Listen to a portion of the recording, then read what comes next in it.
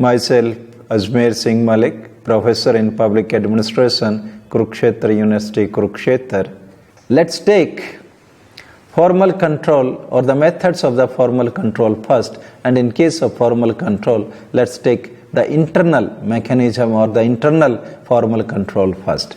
The first method is hierarchy, the principle of hierarchy, which is applied to all organizations, particularly in the public organizations.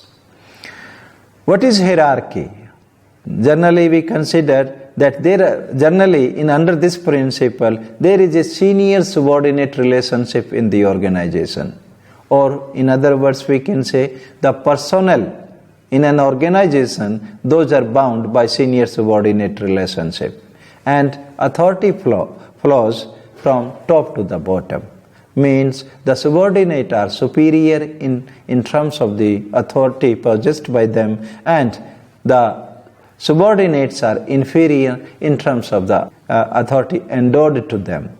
Therefore, seniors have the right, or the superiors have the right. It is not a question of superior and senior in terms of the human beings. It is only in terms of the authority possessed by them. The seniors have the right to give direction to their subordinates. Because they possess that kind of the authority, that's why they have the right to give directions. And those directions are no doubt legitimate. Those directions are aimed to achieve the objective of the organization. That's why they have been endowed with that kind of the right under the principle of hierarchy. And therefore, the system of control is inherent in the hierarchical system.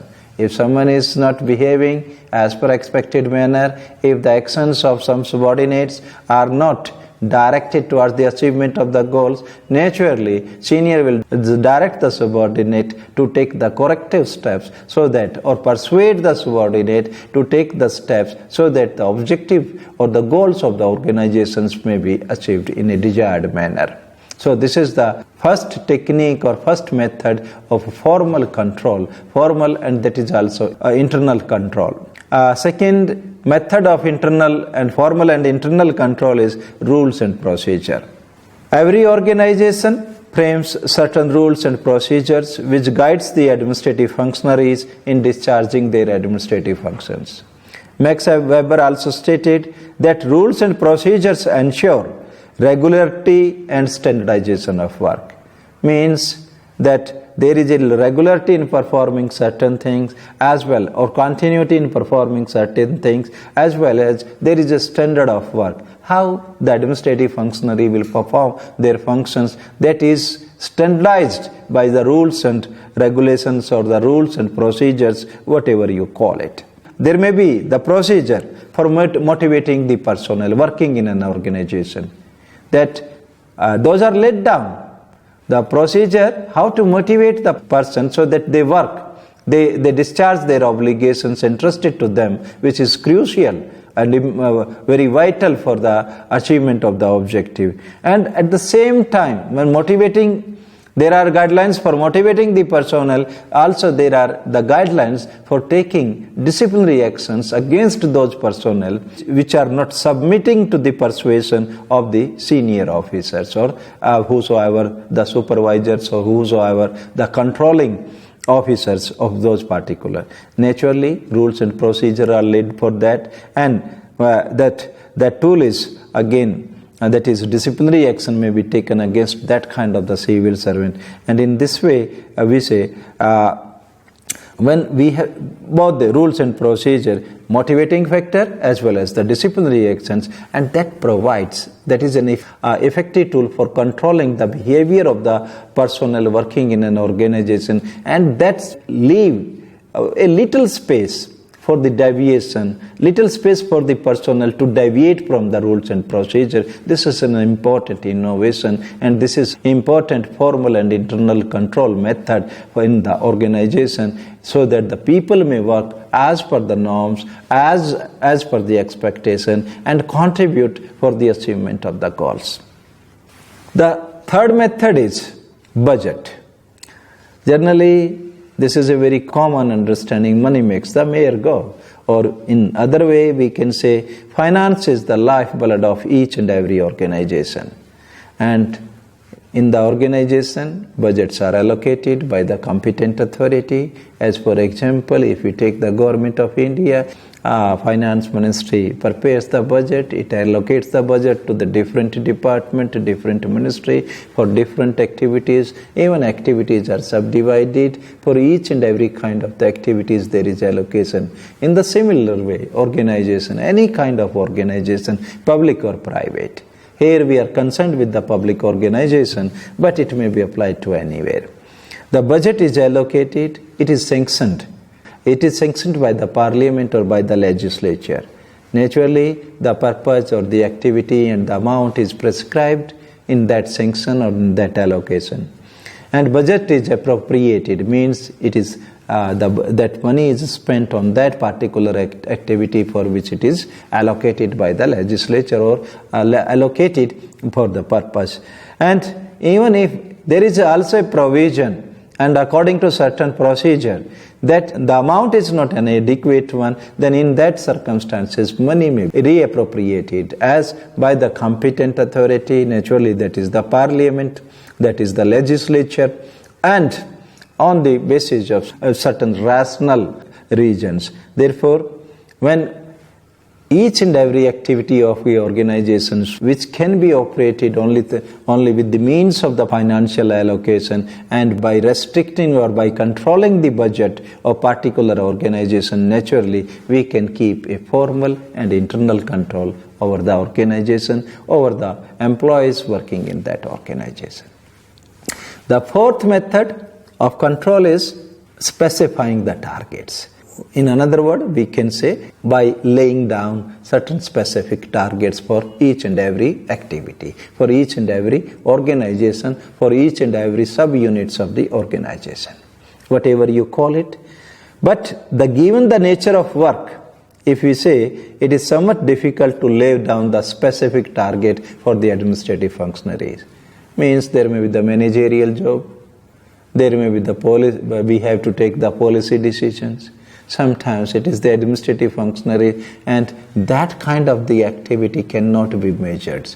And that's why it is difficult to specify the targets for each and every functionaries. Because in the public organization, people work in the team. And in that team, it may not be possible. Many times posts are vacant, many times you have to do additional work, many times you don't have the work because appropriate allocations have not been made by the legislature. There are so many reasons, but we say more or less we specify the targets for each and every administrative functionary in the organization, and if we can do that in a very specific sense and in a very formal manner, naturally the control mechanism will be more effective. If we can't do that, then in that circumstances it may not be so effective as it is envisaged when there is a formal, when we can make the specific targets of performance.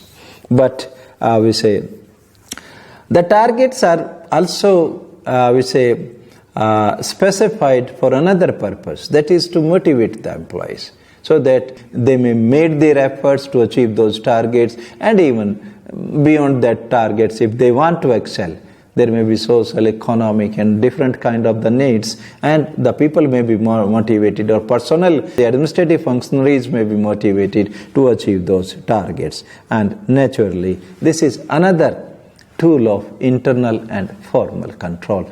And this is this has been utilized by almost every organization, even including the public organization. Then fifth method of formal and internal control is the periodic reports. That is, reports prepared after a specified interval of time. Maybe weekly, maybe monthly, maybe fortnightly, maybe monthly, maybe quarterly, maybe half yearly, maybe annually. And that depends upon the nature of activity, that depends upon the nature of technology adopted, that depend upon the volume of the work, that depend on the intensity of control required for in that particular organization. This is an important aspect. And naturally, for this kind of the the periodic reports, each and every organization has to prepare and maintain a detailed record of activities performed by it. Each and every activity performed by that organization, that organization need to keep a record for that. And if it is there, then according to certain specified format or rules and regulation, or as expected from the competent or the senior authority, that report may be weekly, maybe even including daily also. As for example, in case of banking, daily reports are submitted and uploaded nowadays, because that is ICT is used in banking transaction now. So in such a circumstances, that the report is submitted to the higher authorities for the consideration. This is periodic reports not only help in controlling the subordinates or controlling the personnel in the organization, rather it also helps in developing a uniform system of reporting, and that that helps in comparing the performance of the different organization, or that helps in comparing the performance of the different subunits of an organization. Moreover, if the reports are prepared on the uniform basis, that facilitate more effective control system, and it may be applied to that kind of the organization everywhere, even universally nowadays, on the basis by using the proper technology for that purpose. So that's why the periodic reports are an effective means of control, and that has also been utilized in the organization. Another control, or you can say the last formal and internal control we are discussing here, that is the inspections. As we discussed, reports are submitted to the higher authorities examine those reports, and that is on the basis of that performance that an assessment can be made who is doing what, or control mechanism is there. But many times the reports do not present the true pictures of the performance. There may be certain inconsistencies which are hidden in those reports. Therefore, in such a circumstances, another method, that is the method of inspection, and the method that the senior officers or the team of officers visits make the field visits and inspect in real sense, or which on the spot inspections are being made, and get acquainted with the reality, what is happening there. And if there is anything wrong, naturally it may suggest the corrective action. And in this way, if the reports are the ears of control, inspection and investigation are its eyes. Means what you hear, that may be trustworthy, but not as trustworthy as you are seeing it. So in the inspection, you are observing the situation, observing the performance, observing the working of the organizations before yourself, and that may help in getting information about the working of that organization. So this is the inspection method, another formal and internal method of control used in the organizations.